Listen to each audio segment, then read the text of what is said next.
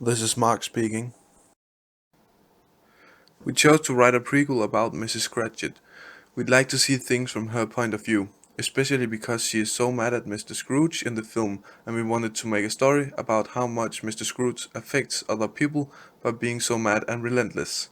We see Mrs. Cratchit watching her husband wear himself down from the sideline, not being able to help him. This is Camilla speaking. My arms are aching, and there's still a whole mountain of dishes waiting. It's almost a full-time job having children. Unfortunately, it's not going to be any easier. I'm not sure I will be able to tell him. I suddenly shivered, not sure if I was just feeling a draft coming through our inferior insulated walls, or if I was just nervous. I should be happy though. If Scrooge would treat him just a little less harsh, I'd be able to look 9 months ahead. The door goes up. Our children are running towards him with joy, hugging, kissing him.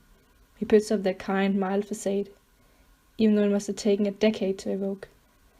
As soon as our children are gone, he loses all expression and walks warily with heavy steps and collapses in the kitchen chair.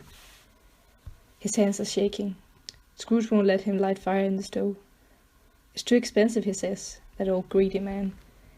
Where does all that saved money go? Certainly not in my husband's pocket. He looks at me all grey and wrinkled.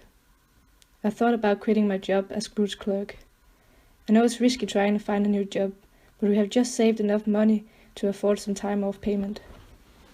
Our children are doing fine under the circumstances, and I want to watch them grow. If I go on like this, I wear myself down. I don't want the children to remember me like that. I just stand there looking down at the floor for a minute. I want him to quit so deeply, but... Bob, I'm pregnant.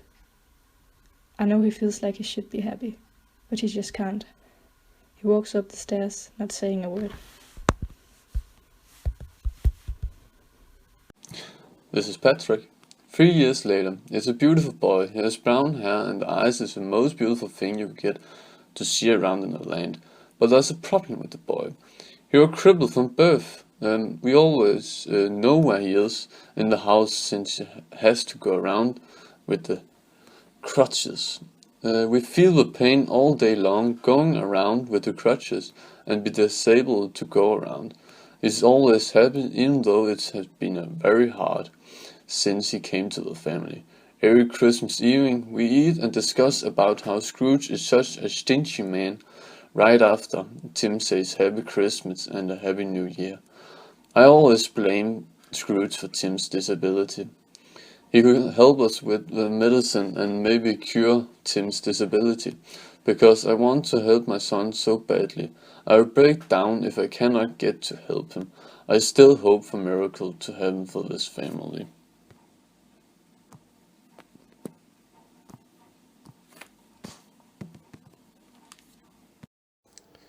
Even though there is so much joy in the family because of our new boy, my husband, Bob, is still very tired and expressionless because of the job. His smile is slowly beginning to fade away more and more.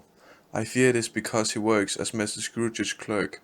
The pay can just barely get us through the day and the work is hard for him. I am also very tired after cleaning up all the time after the children. We are all fighting and I fear it will never end. Even though we are happy, we are always working and do not have a lot of time to stop up and enjoy a nice happy dinner without the need to hurry up eating so we can work again.